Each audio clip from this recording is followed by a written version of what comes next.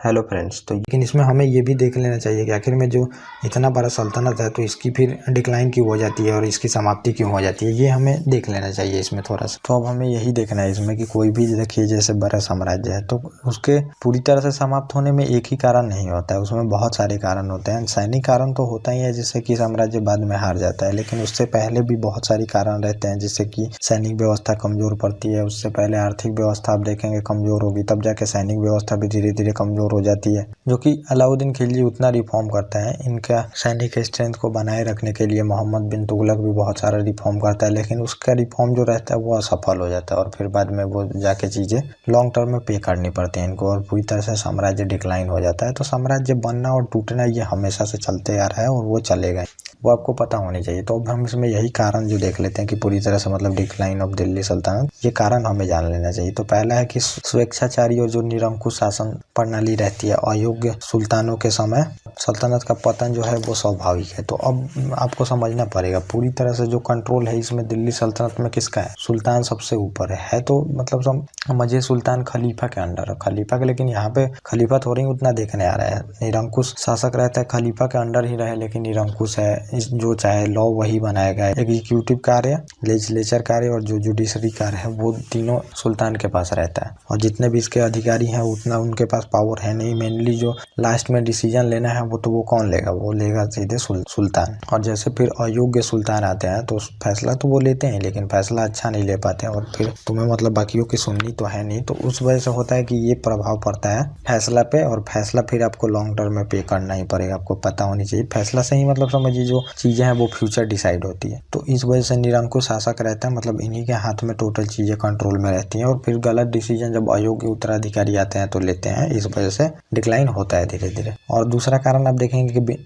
विशाल साम्राज्य रहता है, यातायात साधनों की कमी के कारण सुदूर जो प्रदेश है उनको नियंत्रण करने में कठिनाई। तो अब होता है कि साम्राज्य तो जीते जा रहा है, वहाँ पे जो इकोनॉमिकली आपको जो इंफ्रास्ट्रक्चर चाहिए वो डेवलप हो ही नहीं रहा है, यातायात के लिए साधन ही नहीं है जिससे कि सैनिक तुम जल्दी से भेज सको। तो वो देखेंगे कि जब शेरशाह सूरी आएगा वहाँ पे ये सब वो व्यवस्था करता है, बहुत तरह के सड़कों का जाल बिछाता है। उसके बाद देखेंगे कि जो अकबर रहता है तो अकबर उसके बाद देखेंगे आएगा और बहुत सारा जो वो रिफॉर्म कर दिया रहता है, तब अकबर आते हैं वहाँ पे और वहाँ पे मतलब साम्राज्य को पूरी तरह से एकजुट कर देता है। वहाँ पे एक तो शेरशाह सूरी बना के ही गया है हर एक चीजों को और वहाँ पे अकबर आके करता है कि थोड़ा सा और रिफॉर्म करता है और पूरी तरह से यहाँ पे उन लोगों का शासन स्थापित हो जाता है मुगलों का। और अकबर का ही किया हुआ देखेंगे कि बहुत दिन तक चलते रहता है मुगल साम्राज्य में, वो मैं आपको बताऊंगा। तो विशाल साम्राज्य तो स्थापित कर लेते हैं ना, वहाँ पे व्यवस्था करना, ना तुम्हें कृषि में कोई रिफॉर्म करना है, बस तुम लोगों को मतलब जो भी चीजें हैं लगान आते रहनी चाहिए, ना कृषि में रिफॉर्म, ना वहाँ पे इंफ्रास्ट्रक्चर बनाना है, ना सड़कें बनानी है, ना जो व्यापारी है उनको सुविधाएं देनी है। इस वजह से इकोनॉमिकली इनका उतना विशाल हो नहीं पाता है। जो कि आप मुगल देखेंगे कि आएंगे तो वर्ल्ड की लार्जेस्ट इकोनॉमी बन के वहाँ पे भारत की इकोनॉमी उभरेगी वहाँ पे 15वीं शताब्दी। तो ये रहता है। और तीसरा कारण आप देखेंगे केंद्रीय शक्ति की दुर्बलता होती है और जो सूबेदार रहते हैं वो विद्रोह करके शासन अपना स्थापित करते हैं, मतलब स्वतंत्रता की घोषणा कर देते हैं। जैसे सूबेदार रहते हैं अलग अलग प्रांत में शासन कर रहे हैं यहाँ पे और जो केंद्र में है ये सुल्तान बैठा हुआ है, लेकिन जैसे सुल्तान यहाँ पे कमजोर हुआ ये सब अपने अपने स्वायत्ता की घोषणा करने लगते हैं। फिर क्या होता है, अगला शासक आता है वो कैसे भी मान लीजिए अगर इनको जीत लिया तो ऐसा है नहीं कि जीतने में पैसा नहीं लगेगा, तो जीतने में बहुत सारा पैसा खर्च होता है, बहुत सारे उसमें सैनिक रिसोर्स आपको झोंकने पड़ते हैं जो कि इकोनॉमी पे भी प्रभाव पड़ता है। और हमेशा जो कंटिन्यू युद्ध चलते रहता है साम्राज्य विस्तार करने के लिए, जो शासन अपने आप को स्वतंत्रता की घोषणा कर चुके हैं, इस वजह से उत्तम किस्म के एक तो सेनापति मरते ही हैं आपके युद्ध में, और दूसरा है कि इकोनॉमिकली लॉस होती है, तीसरा होता है कि व्यापार में जितने व्यापारी होते हैं अगर शांति स्थापित नहीं है तो वो वहां से चले जाते हैं। तो व्यापारी हमेशा भाग के चले जाते थे दूसरे जगह पे अगर शासन स्टेबल नहीं है। तो वही मतलब आप आज के भी सिनेरियो में देख सकते हैं, अगर भारत का जो स्थिति है बार बार पॉलिटिकल शासन बदलने लगे, मतलब राजा जैसे हमारे राजा ही हैं अगर मानिए प्रधानमंत्री, लेकिन हम डायरेक्टली उनको जनता चुनती है तो वो डेमोक्रेसी है। लेकिन अगर बार बार शासन बदलने लगे तो फिर जो इकोनॉमी होती है उसकी हालत खस्ता होने लगती है। जो बाहरी कंपनियां, जो फॉरेन कंपनी है वो यहाँ पे आना बंद कर देंगी क्योंकि शासन स्टेबल नहीं है, वहाँ पे नीतियाँ भी बदलती है जैसे कि सुल्तान बदलता है। तो वही चीजें है यहाँ पे, जीतने में बार बार पैसा लगता है, कंटिन्यू युद्ध चलते रहता है, इस वजह से व्यापारी लोग भी भाग जाते हैं यहाँ से, जिससे इकोनॉमिकली लॉस इनको होती है। और चौथा कारण है कि आप देखेंगे कि जो प्रजा रहती है, प्रजा का भी असहयोग रहता है। हिंदू प्रजा जो रहती है वो मेनली हम समझिए हिंदू प्रजा ही है, 1-2% तो ये रहते हैं, या बाकी जो है वो हिंदू हिंदुओं पे ये बहुत सारा अत्याचार करते हैं। इस वजह से हिंदू जनता जुड़ नहीं पाती है, जिससे कि इनको लगान उतना अच्छा मिल नहीं पाता और जनता हमेशा सपोर्ट नहीं कर पाती। बाहरी आक्रमण होता है तब भी सपोर्ट नहीं करती, कभी भी जनता सपोर्ट कर ही नहीं।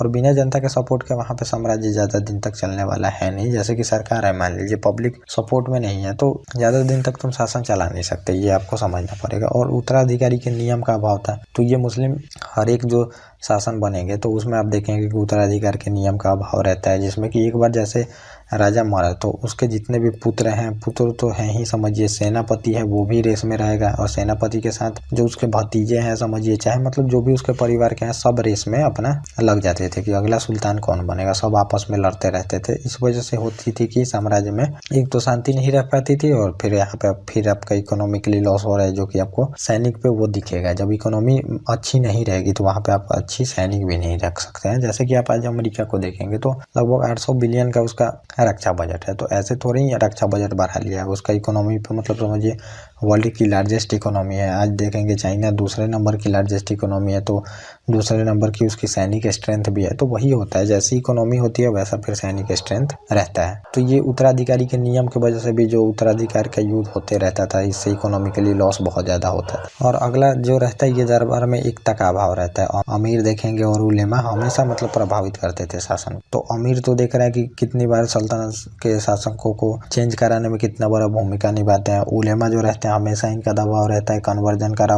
कराओ, वहाँ से खलीफा का ये आदेश है। इस वजह से कन्वर्जन की वजह से जो हिंदू जनता रहती है इन लोगों से कभी जुड़ती ही नहीं है। बहुत धर्म परिवर्तन कराया जाता है तलवार के नोक पे, और बहुत जाति की जाती है हिंदू जनता से। जब मन हो जजिया कर लगा दो, जब उनको यूज करना हो जजिया कर हटा दो, मतलब जैसे चाहा इन्होंने यूज किया। इस वजह से जनता है हमेशा इनसे जुड़ी नहीं। जनता नहीं जुड़ेगी तो कुछ भी नहीं कर सकते आप वहाँ पे, ये आपको समझना पड़ेगा। और देखेंगे मोहम्मद बिन जो तुगलक रहती है उसकी अव्यवहारिक नीति, तो वो फैसला तो सही लेता है, मतलब जो चीजें अभी जरूरत नहीं रहती है वो फैसला ले लेता है। जैसे अभी मान लीजिए टाइम नहीं आई है किसी फैसले की, जैसे चीन है, पाकिस्तान है, जैसे हमारा पीओके है, पाक ऑक्युपाइड जो कश्मीर है, तो अभी वो फैसला नहीं है कि हम उससे ले लें। लेकिन बाद में अगर फ्यूचर में ये तो दिमाग में है ही कि हमें लेना है, तो अब लेना है। जब फ्यूचर में हमारी इकोनॉमी की स्ट्रेंथ बहुत ऊपर चली जाएगी, सैनिकली हम बहुत डेवलप कर जाएंगे, तो वो अपना हम इलाका लेंगे बाद में। लेकिन अभी हम सोच ले कि ले के को पाक ऑक्युपाइड जो कश्मीर है पाकिस्तान के पास, वो लेने का सोचे, तो अभी ये बेवकूफ़ी वाला काम है। वहाँ पे फिर हमें युद्ध में उलझना पड़ेगा और वहाँ पे इकोनॉमिकली लॉस होगी, जो कि अभी हम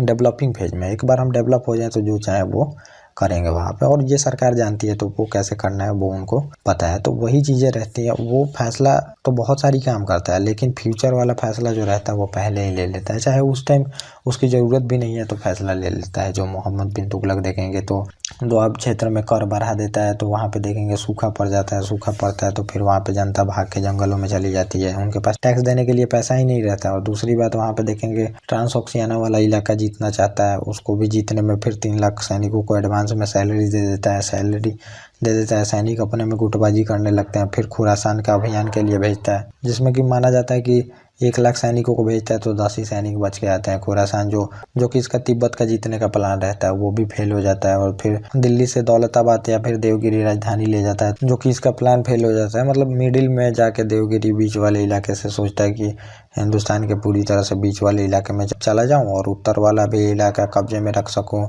दक्षिण भारत जो जीता है मैंने वो भी कब्जे में रख सकूँ। और दूसरा प्लान इसका ये भी रहता है कि ट्रांसऑक्सियाना वाला इलाका जीतना था, और मंगोल आक्रमण तो कर ही रहे थे बार बार, तो सोचा था कि मंगोलों को दिल्ली में हरा के और फिर ट्रांसऑक्सियाना वाला जो इलाका है जहाँ से तुर्की आए हैं जनजाति, वो वाला इलाका जीतना चाहता था। तो ये भी इसका जो प्लान रहता है ये फेल ही हो जाता है, समझिए। फिर से इसको राजधानी नॉर्थ में ले जानी पड़ती है और इससे इकोनॉमिकली लॉस होता है। समझिए कि राजधानी यहाँ पे देवगिरी में इस्टेब्लिश करता है, जितने भी ट्रेडर रहते हैं वो बहुतों दिनों के लिए ट्रेडिंग रुक जाता है, व्यापार रुक जाता है, व्यापारी को फिर से यहाँ पे लाना पड़ता है, मतलब पूरी व्यवस्था करके यहाँ पे लानी पड़ती है और फिर वहाँ पे फिर ले जानी पड़ती है राजधानी को। तो इसमें बहुत पैसा लगता है। और जो दिल्ली सल्तनत पे आप देखेंगे मंगोलों का आक्रमण बहुत ज़्यादा हुआ है, तो वो इल्तुतमिश के टाइम से ही देखेंगे मंगोलों का आक्रमण शुरू हो जाता है। बलबन के टाइम भी शुरू होता है। तो दीवानी आरिज नाम की जो सैन्य विभाग आप देखेंगे तो बलबन इसी वजह से बनाता है, उसको परमानेंट सैनिक चाहिए था तो वहाँ पे बनाता है ताकि मंगोलों को डिफीट किया जा सके। और उसके बाद देखेंगे कि जब अलाउद्दीन आता है तो उसको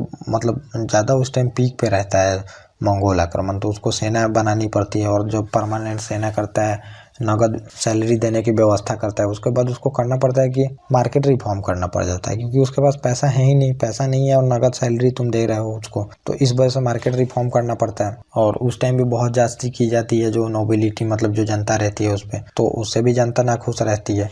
तो मंगोलों का भी आक्रमण बहुत बार युद्ध होता है समझिए। जो तुगलक रहता है तो 29 बार देखेंगे कि गयासुद्दीन तुगलक मंगोलों से लड़ के फिर उसकी प्रसिद्धि बढ़ती है और वहाँ पे तुगलक वंश की स्थापना करता है, खिलजी वंश की समाप्ति करके। वो मैंने वहाँ पे आपको बताया ही था। और फिर जो है ये तैमूर का भी आक्रमण होता है। देखेंगे कि 1398 ईस्वी में, और समरकंद का शासक था तैमूरलंग था, और ये भारत पे आक्रमण करता है उस टाइम। और देखेंगे दिल्ली लगभग 100 साल पीछे चली जाती है, इकोनॉमिकली तो पूरा लॉस हो जाता है। और ये सिनेरियो मैंने ऊपर आपको बता ही दिया कि कैसे कैसे तैमूर आक्रमण होता है। तो उसको तुगलक वंश वाला आप वीडियो देखेंगे तो उसमें ज़्यादा आपको समझ में आएगी। उसमें मैंने काफ़ी अच्छे से तैमूर के आक्रमण के बारे में बताया था कि कैसे कैसे तैमूर आता है, फिर दिल्ली में कत्लेआम मचाता है। 1 लाख हिंदुओं को तो पहले ही बंदी बनाया रहता है, उसको मरवा देता है वहाँ पे। फिर दिल्ली में कत्लेआम जाता है, पूरी तरह से जितनी संपत्ति रहती है उसको लूट के ले जाता है। और खिर्ज खा जो रहता है इसको यहाँ का शासक नियुक्त करके जाता है। बाद में खिर्ज खा समझिए कि दिल्ली सल्तनत पे अपना ही राज्य स्थापित कर देता है वहाँ पे। और दिल्ली लगभग 100 साल पीछे चली जाती है, इतना लूट मचाता है। और यहाँ से समझिए मतलब कि दिल्ली सल्तनत डिक्लाइन शुरू होता है तैमूर के आक्रमण से, और पूरी तरह से जब बाबर खत्म कर देता है यहाँ तक चलते रहता है इनका। और अगला जो कारण है इसका, अस्थाई सेना का अभाव था इसमें।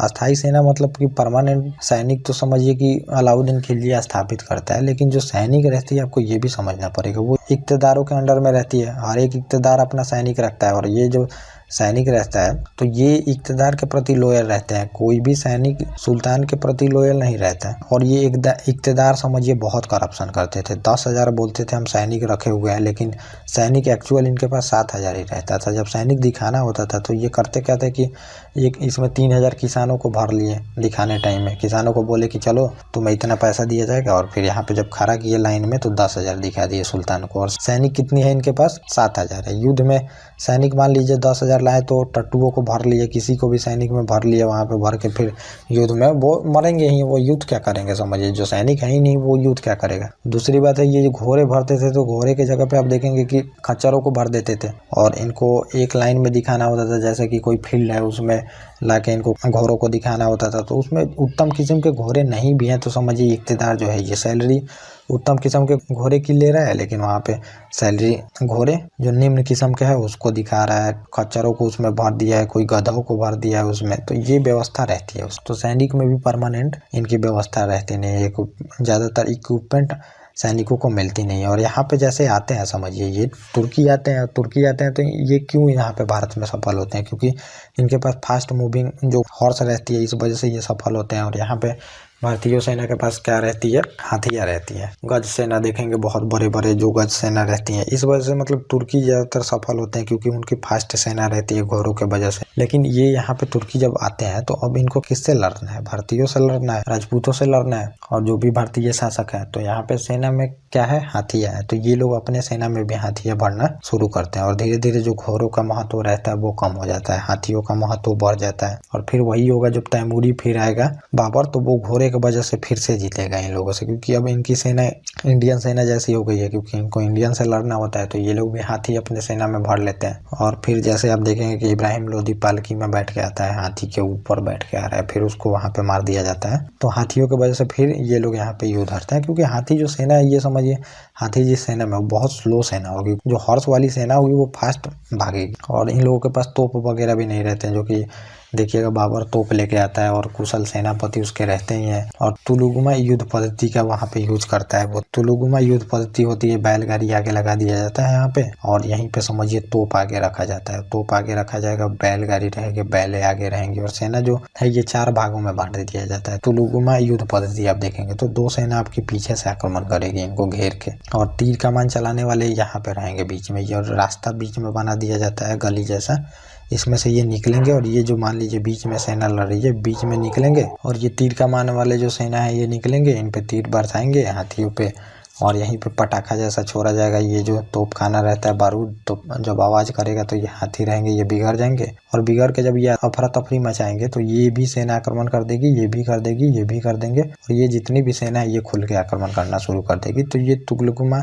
युद्ध पद्धति रहती है। तो अब सैनिक के बारे में तो समझिए कि यहाँ पे पढ़ाना उतना लाजमी नहीं रहता। वो जब आप बड़े अधिकारी सैनिक में बनेंगे तो ये सब युद्ध पद्धति है, ये सब बताई जाती है आप लोग। और इब्राहिम लोदी से आप देखेंगे अमीर और जो सरदार रहते हैं और जो इनके नोबिलिटी रहती है अफगान, वो भी नाराज ही रहती है। ये लोग भी सपोर्ट नहीं करते हैं अमीर वगैरह। तो इक्विपमेंट की यहाँ पे कमी हो जाती है। मतलब इन सब कारणों से फिर होता है कि ये लोग हार जाते हैं।